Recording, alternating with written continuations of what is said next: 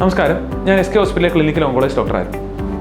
എല്ലാ മുഴകളും ക്യാൻസർ ആണോ എന്നുള്ളത് നമ്മൾ സ്ഥിരം കേൾക്കുന്ന ഒരു ചോദ്യമാണ് അല്ലേ. നമ്മുടെ ശരീരത്തിൽ പല രീതിയിലുള്ള മുഴ കാണും. ചെറിയ മുഴ തൊട്ട് ഇത്തിരി കൂടെ വലിപ്പം കൂടിയ മുഴ വരെയുള്ള പല രീതിയിലുള്ള മുഴകൾ കാണാം.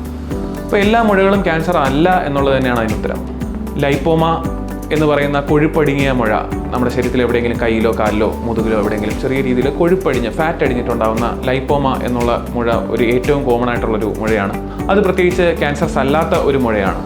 പക്ഷെ നമ്മൾ എന്നാലും ഏത് മുഴയാണെങ്കിലും നമ്മൾ ശ്രദ്ധിക്കേണ്ട ഒരു കാര്യം കൂടി തന്നെയാണ്. കാരണം ഈ പറഞ്ഞ ലൈപ്പോമ പോലും ആവട്ടെ, അത് ഭാവിയിൽ തീരെ ചെറുതായിട്ടാണെങ്കിലും ക്യാൻസർസ് ആവാനായിട്ടുള്ള തീരെ ചെറിയ സാധ്യതകളുണ്ട്. അപ്പോൾ എന്തൊക്കെയാണ് നമ്മൾ ഒരു ശരീരത്തിൽ ഒരു മുഴയുണ്ടെങ്കിൽ ശ്രദ്ധിക്കേണ്ട കാര്യങ്ങൾ എന്തൊക്കെയാണ്? ആ മുഴയുടെ സൈസ് ക്രമാതീതമായി കൂടുന്നുണ്ടോ? ആ മുഴ നമ്മൾ തൊടുമ്പോഴുണ്ടാകുന്ന കൺസിസ്റ്റൻസി, ആ തൊടുമ്പോഴുണ്ടാകുന്ന നമുക്ക് കിട്ടുന്ന ഒരു ഫീൽ, അതിലെന്തെങ്കിലും വ്യത്യാസം വരുന്നുണ്ടോ? അത് കട്ടി കൂടി വരുന്നുണ്ടോ?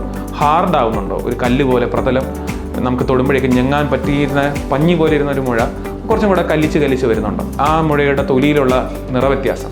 അപ്പോൾ ഇവയൊക്കെയാണ് നമുക്കൊരു ശ്രദ്ധിക്കേണ്ട red flags in A lump. നമ്മൾ ശ്രദ്ധിക്കേണ്ട ആ മുഴയ്ക്ക് എന്തെങ്കിലും ക്യാൻസറസ് ആയിട്ട് മാറാൻ സാധ്യത ഉണ്ടെങ്കിൽ നമ്മൾ ശ്രദ്ധിക്കേണ്ട കാര്യങ്ങൾ ഇവയൊക്കെയാണ്. അതിൻ്റെ വലിപ്പം കൂടുന്നുണ്ടോ? അതിൻ്റെ ആകൃതിയിൽ വ്യത്യാസമുണ്ടോ? ഷേപ്പിൽ വ്യത്യാസമുണ്ടോ? അത് കല്ലിച്ച് വരുന്നുണ്ടോ? അല്ലെങ്കിൽ അതിൻ്റെ നിറത്തിൽ എന്തെങ്കിലും വ്യത്യാസമുണ്ടോ?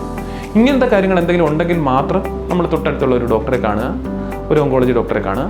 അതിനെ ഒന്ന് പരിശോധിക്കേണ്ട ആവശ്യം, ചിലപ്പോൾ ഒരു ബയോപ്സി കുത്തിപ്പരിശോധനയോ ഒരു സ്കാനിങ്ങോ ആവശ്യമായി വന്നേക്കാം. Thank you.